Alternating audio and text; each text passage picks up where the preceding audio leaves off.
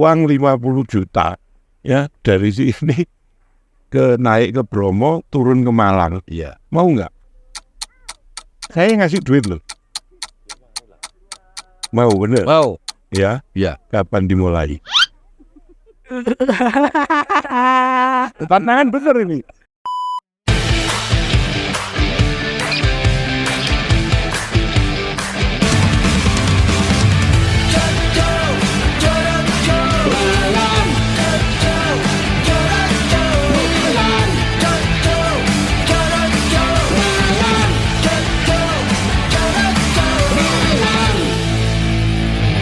Podcast Song Langit bukan sembarang podcast.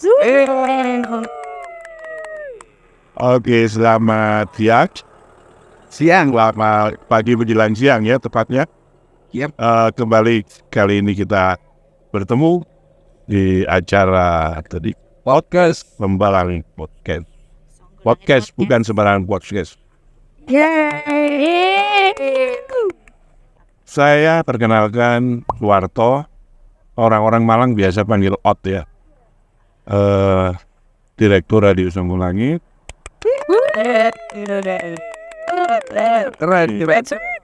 Direktur CV Orbit Event Organizer and Advertising.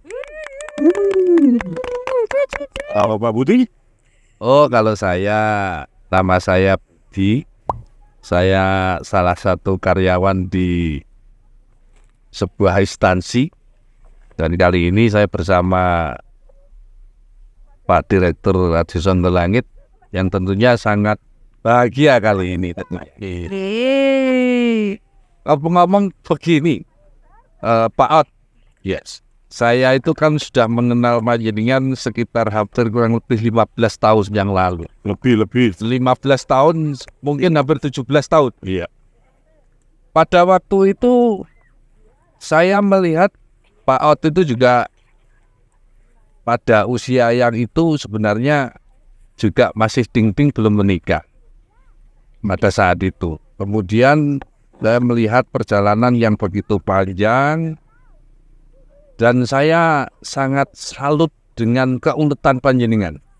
Pada waktu itu di tahun masa bupatinya Pak Markom Singodemejo, saya melihat pada waktu itu namanya kembang api itu luar biasa. Nah, dan ini yang pertama kali saya melihat Pak Ot sebagai di Kabupaten Ponorogo. Dan sekarang juga masih tetap melaksanakan kegiatan NEO yang di Malang, di mana-mana, kemudian juga selaku Direktur Radio Song Langit. Nah, kira-kira pada 17 tahun yang lalu, saya itu melihat Pak Ot itu kasih saja seperti ini. Ini gimana Pak? Kok bisa seperti itu? Terima kasih, pertanyaan yang bagus sekali. Apa ya? Jawabnya harus bagaimana ya? Segalanya sebetulnya ya mengalir begitu saja. Itu sih total ya. Mencintai pekerjaan, ya melakukan pekerjaan itu dengan sebaik mungkin, meminimalisir kesalahan sekecil mungkin, dari sehingga apa yang kita lakukan kalau ya untuk ibadah lah, untuk ibadah, untuk anak, untuk istri, Iya. Untuk keluarga. Saya baru menikah tahun 2005. Betul. Dapat senduknya Ponorogo ya. Betul. Kan Senduk Ponorogo. Ada ini istrinya Pak Ot ini pada masa waktu zamannya Pak Markom sebagai ajudan pada waktu itu. Jadi Pak, ini luar biasa ini. Sekurinya Pak. Sekurinya Pak Bupati. Ya, pada waktu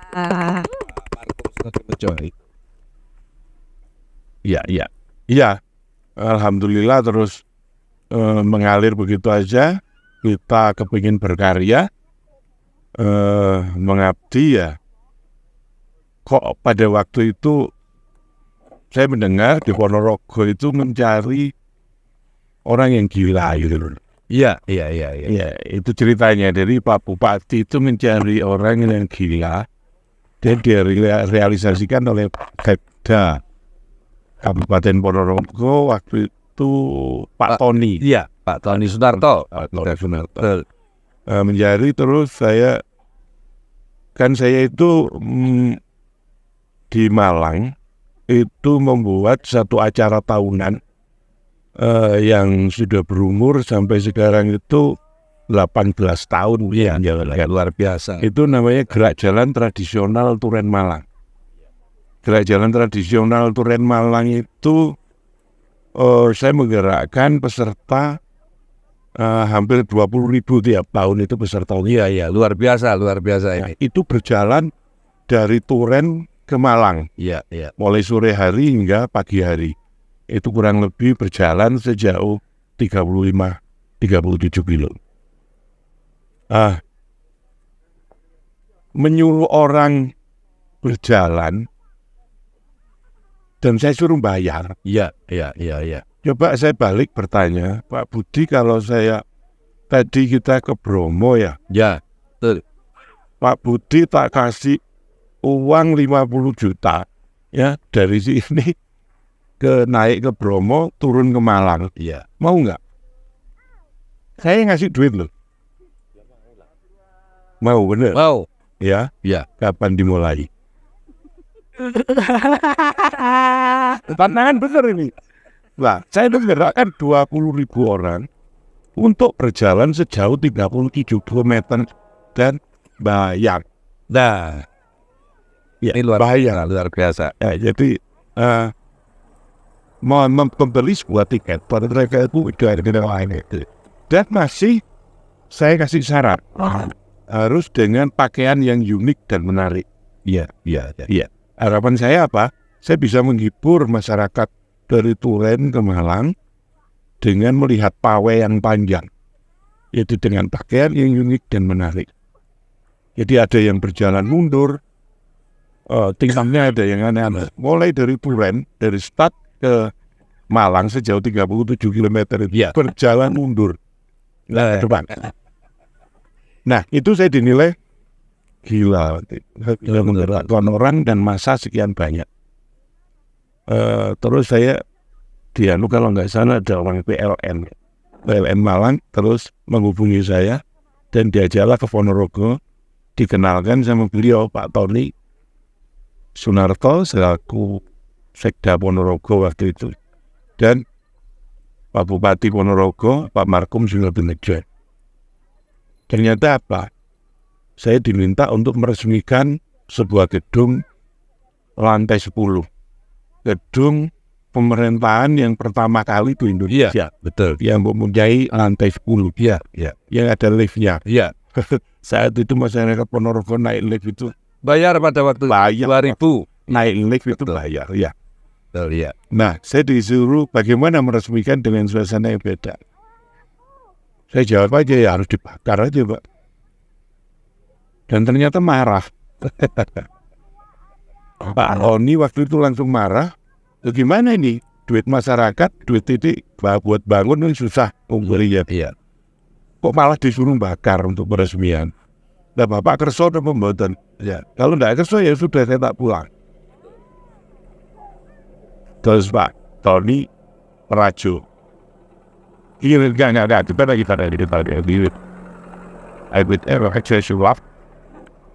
saya presentasikan gagasan dan ide saya untuk meresmikan gedung tersebut. Beliau menerima. Dari itu memang saya bakar, saya dikodik sehingga dari kejauhan kelihatan gedung itu memang hormat. Nah, ini sangat menarik, Pak. Saya menangkap bahwa kegigihan inovasi yang Pak Ot ciptakan ini kan luar biasa. Itu salah satu-satunya pada waktu itu Ponorogo kayak diguncang atau pertama kali melihat gempuran yang luar biasa. Maksudnya gempuran itu sangat indah, kembang api yang seakan-akan kalau kita lihat kan terbakar gitu ya. Nah, dari situ kita mengambil kesimpulan bahwa seorang EO yang saya melihat sangat inovatif, kemudian sangat kreatif. Saya menarik dari Pak Ot itu sendiri. Sebenarnya ide-ide yang seperti itu selaku EO atau kiat-kiat khusus mungkin pada masa itu memang sudah sukses, bahkan pada pengganti-pengganti berikutnya masih tetap dipakai terkait dengan terciptanya lagu Matahari Ponorogo. Pokoknya banyak yang seperti itu. Itu gimana Pak? Saya memang ya tadi dasarnya adalah kita dituntut untuk cerdas secara emosional, intelektual, dan spiritual. Itu 3 hal yang tidak bisa saya lepaskan. Jadi tetap itu paringannya Gusti Allah. Saya bisa bagaimana sih untuk menciptakan sesuatu yang selalu harus baru dan berbeda dan selalu harus inovatif. Saya datangkan khusus memang kembang api itu waktu itu dari RRT dan dari Perancis. Luar biasa. Yang satu letupan, satu ledakan itu kembangnya itu seluas alun-alun. Jadi bisa melebar nih. Itu sudah nggak kita temukan untuk asasnya. Dengan Indonesia Mahasian Island kecil kawan. Kembali ke ini, jadi saya memang selalu meminta kepada Allah. Saya wirid, saya lakukan sholat malam, saya lakukan, dan kegiatan-kegiatan spiritual itu saya lakukan semaksimal mungkin, sebaik mungkin, dan itu ternyata dijawab. Jadi ketika saya yang ngomong asal ngomong aja itu. Saya langsung dibikin apa, dibuat apa, ya enggak tahu, dari otak itu langsung aja keluar. Dibuat gini aja, dibuat gitu aja, dan selalu saya itu diterima. Biasanya dengan lawan-lawan atau klien-klien kita. Itu enggak tahu, itu ya itu mungkin kekuatan spiritual atau Gusti Allah kalau sudah berkehendak gitu ya. Kita aplikasikan, kita kumpulkan. Saya pegang juga kata-kata Bung Karno. Beri saya 10 pemuda, maka akan saya taklukkan Indonesia. Beri saya 100 pemuda, maka akan saya taklukkan dunia. Itu menginspirasi saya. Akhirnya saya kumpulkan itu orang-orang kreatif, orang-orang seni, orang-orang ini. Saya lempar balik ke mereka. Ini ada masalah seperti ini, gimana memecahkannya? Saya sampai ciptakan hingga saat ini lagu Matahari Ponorogo. Iya. Itu saya melihat foto-foto kenangan Pak Ot pada waktu melaksanakan kegiatan-kegiatan yang luar biasa. Foto bersama Pak Presiden, Pak SBY, kemudian Pak Jokowi, ada Pak Menteri-Menteri. Itu di mana saja itu Pak, selain di kota Ponorogo, mungkin di kota Malang, atau mungkin di mana lagi itu Pak? Dan itu pada waktu acara apa itu Pak? Ada banyak. Jadi setelah sukses saya mengadakan gerak jalan tradisional Turen Malang itu setiap tahun, dan juga maraton nasional, Malang Maraton Nasional, Malang Internasional Maraton, itu tiap tahun juga kita yang dipercaya untuk menjalankan. Dan akhirnya mungkin sampai ke Jakarta. Nah, dari situlah kita diminta untuk UIN. Waktu itu ada UIN Universitas Islam Maulana Malik Ibrahim Malang, mau mengadakan kalau nggak salah peringatan bahasa Arab internasional. Juga ada acara Multakoh Sufi sedunia. Waduh, sedunia, saya pikir itu ya, acara Multakoh Sufi sedunia, pertemuan orang-orang sufi sedunia. saya itu biasa handle band, biasa dengan SPG yang pakai roknya sekian. Ya. Terus saya dipaksa harus berkumpul dengan orang-orang Universitas Islam Malang. Ya. Saya dipertemukan dengan sufi-sufi. Saya harus berhadapan dengan beliau para kiai. Ya. Bagaimana ini orang nakal? Ya, nggak tahu kalau Allah kehendak, itulah yang terjadi. Akhirnya, ya mau nggak mau saya hari ini jadi disarankan puasa, jadi puasa. Alhamdulillah. Disarankan sholat itu, para sufi. Nah itulah salah satu bentuk yang diresmikan, dibuka langsung oleh Pak Jokowi. Juga waktu ada Pak SBY itu adalah masa 100 hari masa kerja Pak SBY. Ya. Juga waktu ada kenapa saya sampai lupa oleh Perdana Menteri Malaysia. Ya. Dan Pak Jokowi juga peresmian. Event saya setiap bulan itu 3 sampai 5. Lah kalau setahun berapa? Iya. Lah itu lupa saya sampai event apa itu.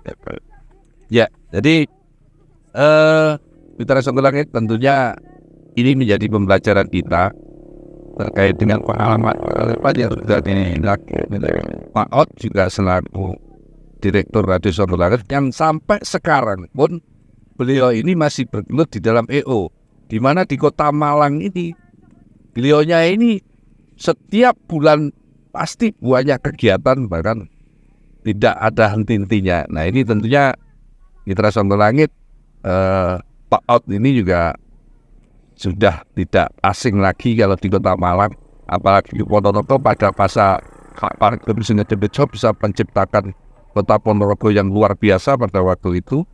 Dan sampai sekarang beliau ini juga masih peneliti terkait dengan di EO selain di Direktur di Direktur Radio Satu Langit. Nah, saya melihat Pak Ot mulai dulu sampai sekarang usianya sudah berapa Mas?